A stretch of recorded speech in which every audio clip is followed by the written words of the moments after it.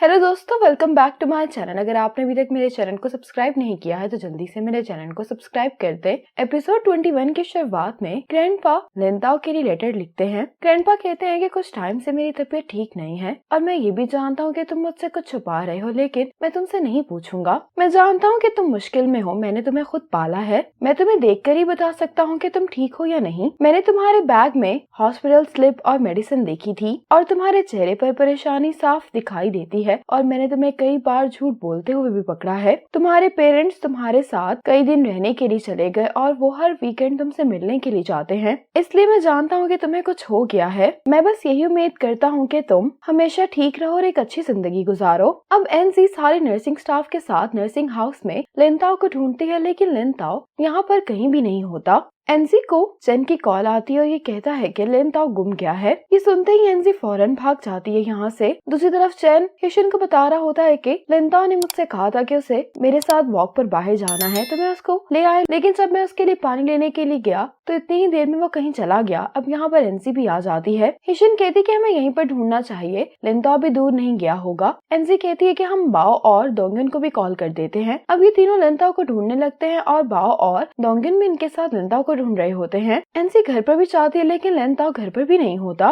लिनताओ एक बच्चे से अपनी पिक्चर खिंचवा रहा होता है। ये बच्चा लिनताओ की पिक्चर खींचने के बाद इसका फोन इसकी पॉकेट में रख के चला जाता है। लिनताओ रिवर के किनारे मौजूद होता है। लिनताओ इस रिवर में खुदकुशी करने के लिए चाह रहा होता है। इसको एनसी की कॉल आती है, लेकिन लिनताओ एनसी की कॉल को इग्नोर करके आगे बढ़ने लगता है, लेकिन इतने में ही एनसी आकर इसको रोक लेती है। लिनताओ एनसी से कहता है कि मुझे छोड़ दो, लेकिन एनसी कहती है कि मैं तुम्हें नहीं छोड़ूंगी। लिनताओ चिल्लाते हुए कहता है कि मुझे जाने दो। एनसी कहती है कि मैं तुम्हें यहाँ जाने नहीं दूंगी, मैं कोई रास्ता तलाश कर लूंगी, मुझ पर भरोसा करो। लिनताओ कहते हैं कि क्या इसका कोई फायदा है। एनसी भी चिल्लाते हुए कहती है कि इसका फायदा है, हम ठीक हो जाएंगे। लिनताओ कहता है कि हम नहीं होंगे, क्योंकि मेरी बीमारी ठीक नहीं हो सकती। ये बात नहीं है कि मैंने कोशिश नहीं की, मैंने इस बीमारी से लड़ने के लिए बहुत मेहनत की है, लेकिन तुम मैं नहीं हो, मैं तकलीफ में हूँ, मैं अपनी बॉडी को मूव नहीं कर सकता, मैं चाहे कुछ भी करूं मुझे मरना ही है। एनसी लिनताओ से कहती है कि मुझ पर भरोसा करो, सब ठीक हो जाएगा। लिनताओ कहते हैं कि अब मैं ये सब कुछ मजीद बर्दाश्त नहीं कर सकता। ये रोते हुए एनसी से रिक्वेस्ट करता है कि तुम मुझे जाने दो, लेकिन एनसी ऐसा करने से इनकार करती है।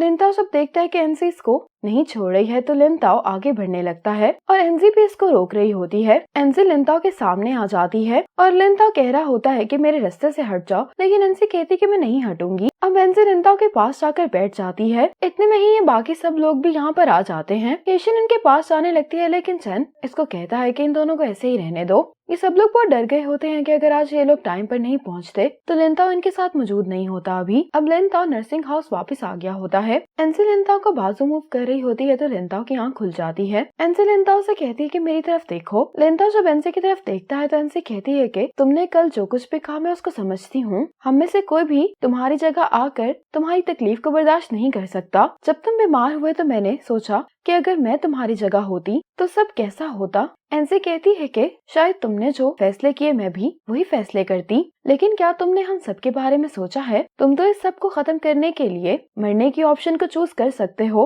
लेकिन हम सबको तो जीना पड़ेगा और हम सब लोगों की बाकी जिंदगी गिल्ट में गुजरेगी। क्या तुम ये बात समझते हो। लिनताओ कहते कि क्या अब मेरे पास मरने का हक भी नहीं है। एनसी कहती कि तुम्हारे पास है, लेकिन मैं तुम्हें इसकी इजाजत नहीं देती। मैं जानती हूँ कि तुम्हारी बीमारी ठीक नहीं हो सकती और तुम मर जाओगे, लेकिन मौत जिंदगी के साइकिल का वो हिस्सा है जिसको हम में से कोई भी अवॉइड नहीं कर सकता। मैं ये नहीं चाहती कि तुम हर वक्त बहुत स्ट्रॉन्ग रहो, क्योंकि हम सब लोग आम हैं। अगर तुम तकलीफ में हो, थक गए हो और रोना चाहते हो तो तुम रो सकते हो। हम सब यही चाहते हैं कि तुम अच्छे से जियो। लिनताओ एनसी की बातें सुनकर रो रहा होता है। एनसी कहती है कि तुम कभी भी ये मत सोचना कि तुम हम पर बोझ हो। एनसी लिनताओ से कहती है कि सब ठीक हो जाएगा। लिनताओ एनसी से कुछ नहीं कहता और ऐसे ही रोता रहता है। अब चैन अपना सामान पैक कर रहा होता है। ईशन इसको रोक रही होती है तो चैन कहता है कि मुझे लिनताओ पर नजर रखनी होगी कि कहीं वो फिर से ये सब करने का ना सोचे। तो ईशन कहती है कि एनसी ने हम सबसे कहा है कि हमें कोई भी एक्सट्रीम रिएक्शन देने की कोई जरूरत नहीं है। इसके बाद डोंगयन एनसी से मिलने के लिए कैफे में आता है। कहता है कि मैंने कल रात लिनताओ को कुछ डिजाइन्स भेजे थे उसका ओपिनियन लेने के लिए। एनसी कहती है कि लिनताओ ने मुझे इस बारे में बताया था। अब लिनताओ इमोशनली पहले से काफी बेहतर महसूस कर रहा है। उन डिजाइन्स को देखकर उसका मूड पहले से बेहतर हो गया है। डोंगयन कहते हैं कि ये तो अच्छी बात है। ये एनसी को कहता है कि मैं लिनताओ के लिए नया लैपटॉप लेकर आया हूँ। लिनताओ अपनी आइस की मदद से इस लैपटॉप को कंट्रोल कर सकता है। मैंने इसके अंदर ग्राफिक डिजाइन का सॉफ्टवेयर भी डाउनलोड कर दिया है। एनजे सबके लिए डोंगन को थैंक्स बोलती है। अगले दिन लिनताओ इस लैपटॉप को अपनी आईज की मदद से कंट्रोल कर रहा होता है। लिनताओ इसको कंट्रोल करके बहुत खुश दिखाई दे रहा होता है। एनजे कहती है क्या तुम इसको ड्रॉ करने के लिए इस्तेमाल कर सकते हो? मैंने तुम्हारे डिजाइन के ड्राफ्ट्स इसमें कॉपी कर दिए थे,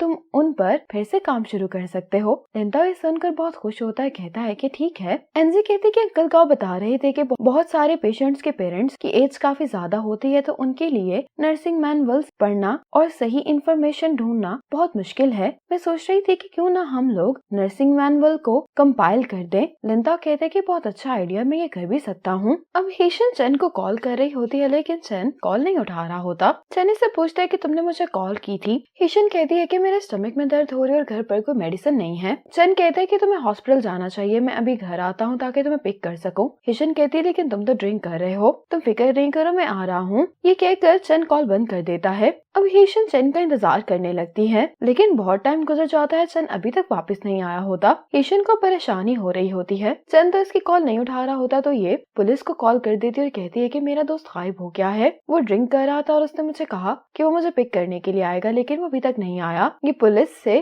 चेन को ढूंढने के लिए कहती है। अब चेन के पास पुलिस होती है और हेशन भी यहाँ पर आ जाती है और इससे कहने लगती है कि तुम्हें क्या हुआ है। हेशन पुलिस ऑफिसर से पूछती है कि इसको क्या हुआ, तो पुलिस ऑफिसर कहता है कि आप ड्राइवर से ही पूछ लें। तो ये ड्राइवर बताने लगता है कि चेन फार्मेसी से कुछ मेडिसिन ढूंढ रहा था, लेकिन इस टाइम पर कोई भी फार्मेसी नहीं खुली हुई थी। लेकिन चेन बार बार इंसिस्ट कर रहा था कि उसको फार्मेसी से मेडिसिन लाजमी चाहिए। ये देखकर चेन गुस्सा हो गया, कहने लगा कि मैं ये फार्मेसी ही तोड़ दूंगा। लेकिन उसके साथ ही ड्रिंक करने की वजह से उसने वॉमिटिंग करना स्टार्ट कर दी और फिर ये यहाँ पर बैठ गया और कहने लगा कि इसको कुछ देर के लिए नैप लेना है। हेशन अब चेन को उठाने लगती है। चेन उठ नहीं रहा होता तो हेशन इसके मुंह पर पानी फेंकती है, तो उसकी वजह से चेन को होश आ जाता है और हेशन रोते हुए कहती है कि तुमने मुझे बहुत डरा दिया था, तुम मेरी कॉल्स भी नहीं उठा रहे थे। चेन इसको कहता है कि अब मैं जाग गया हूँ, सब कुछ ठीक है। अगली सुबह हेशन की जब आंख खुलती है तो चेन ने साइड टेबल पर इसके लिए मेडिसिन रखी होती है, जिसको देखकर हेशन बहुत खुश दिखाई दे रही होती है। अब हेशन लाइव स्ट्रीम कर रही होती है तो चेन इसके लाइव स्ट्रीम में पीछे से आ रहा होता है। हेशन इसको कहती है कि तुम क्या कर रही हो, मैं लाइव स्ट्रीमिंग कर रही हूँ। चेन कहते है कि मैं जानता हूँ। तो हेशन कहती है कि फिर तुम कर क्या रहे हो? तो चेन कहता है कि मैं तुम्हें प्रपोज कर रहा हूँ। हेशन तो ये सुनकर बहुत ही हैरान होती है और चेन हेशन के लाइव स्ट्रीम में कहने लगता है कि तुम सब लोग लकी हो, क्योंकि आज तुम सब लोग मेरे प्रपोजल के विटनेस बनने वाले हो। चेन हेशन को फ्लावर्स देकर कहता है कि तुम मुझसे शादी कर लो। हेशन कहती है कि फ्लावर्स तो बहुत प्यारे हैं। फिर चेन हेशन को रिंग दिखाता है और इससे कहता है कि क्या तुम मुझसे शादी करोगी? हेशन अपना हाथ आगे कर देती है, चेन इसको रिंग पहनाता है। चेन तो बहुत ज्यादा खुश होता है और ये लाइव स्ट्रीम में सबको कहने लगता है कि तुम सब लोगों ने देख ही लिया होगा, अब ये मेरी वाइफ है। अब ये दोनों यही बात लिनताओ और एनसी को बताने के लिए आ जाते हैं। एनसी कहती है कि ये सब तो बहुत अचानक हुआ है। चेन कहता है कि नेचुरली हम दोनों के दिल में एक दूसरे के लिए फीलिंग्स डेवलप हुई हैं और कहने लगता है कि मुझे हेशन पर क्रश था और मैं बहुत खुश हूँ कि हेशन मुझसे शादी कर रही है। हेशन अब इन दोनों को अपनी रिंग भी दिखा रही होती है। चेन लिनताओ से कहता है कि तुम मेरे बेस्ट मैन बनोगे। हेशन एनसी से कहती है कि हमारी शादी तुम दोनों के बगैर कुछ भी नहीं है। ये दोनों ये बात सुनकर मुस्कुरा रहे होते हैं। हेशन कहती है कि आज हम सब लोग ब्राइडल शॉप पर जा रहे हैं ताकि हम लोग अपनी शादी के ड्रेस सिलेक्ट कर सकें।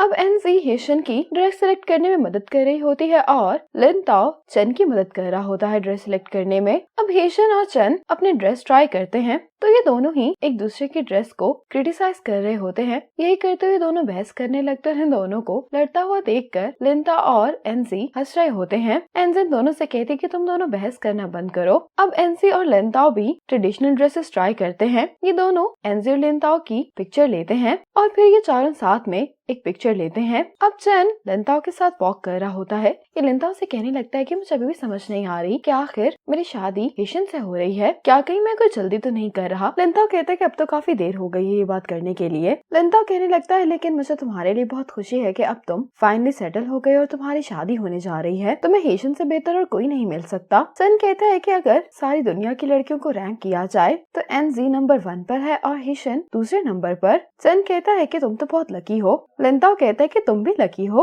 हेशन अपने पेरेंट्स को कॉल कर रही होती है लेकिन इसके पेरेंट्स इसकी कॉल नहीं उठा रहे होते। हेशन ये देखकर इमोशनल हो जाती है, कहती है कि इन्होंने कभी भी मेरी परवाह नहीं की। एनजी कहती है कि हमने तो ये कॉल उनको बताने के लिए की है कि तुम शादी कर रही हो, ये हमारी ड्यूटी है। तो हेशन कहती है कि उन्होंने तो अपनी कोई ड्यूटी पूरी नहीं की, यहाँ तक कि उन्होंने तो मेरी यूनिवर्सिटी फीस भी नहीं दी और ना ही कभी मेरा हाल पूछने के लिए मुझे कॉल की। एनजी कहती है कि इतने सालों बाद अपसेट होने का क्या फायदा है। हेशन कहती है कि तुम ठीक कह रही हो, तुम और तुम्हारे डैड ही मेरी फैमिली हैं और कुछ ही टाइम बाद सन की फैमिली भी मेरी होगी। हेशन कहती है कि मेरे बहुत सारे बॉयफ्रेंड्स रहे हैं लेकिन कभी भी किसी ने मुझसे ये नहीं पूछा कि मैं अपना स्प्रिंग फेस्टिवल किसके साथ मनाने वाली हूँ। सन वो पहला शख्स है जो मुझे न्यू ईयर सेलिब्रेट करने के लिए अपने घर पर लेकर गया। हेशन ऐसे ही बातें कर रही होती है तो एनजी अब हेशन को एक नेकलेस गिफ्ट करती है और कहती है कि ये मेरी मॉम का नेकलेस है, जब उनकी शादी हुई थी उन्होंने तब पहना था। हेशन कहती है कि मैं ये नहीं ले सकती, ये बहुत कीमती है। एनजी कहती है कि तुम इससे ज्यादा कीमती हो, वैसे भी मेरी शादी जल्दी नहीं होने वाली, तुम मेरे लिए वेडिंग ड्रेस पहनोगी।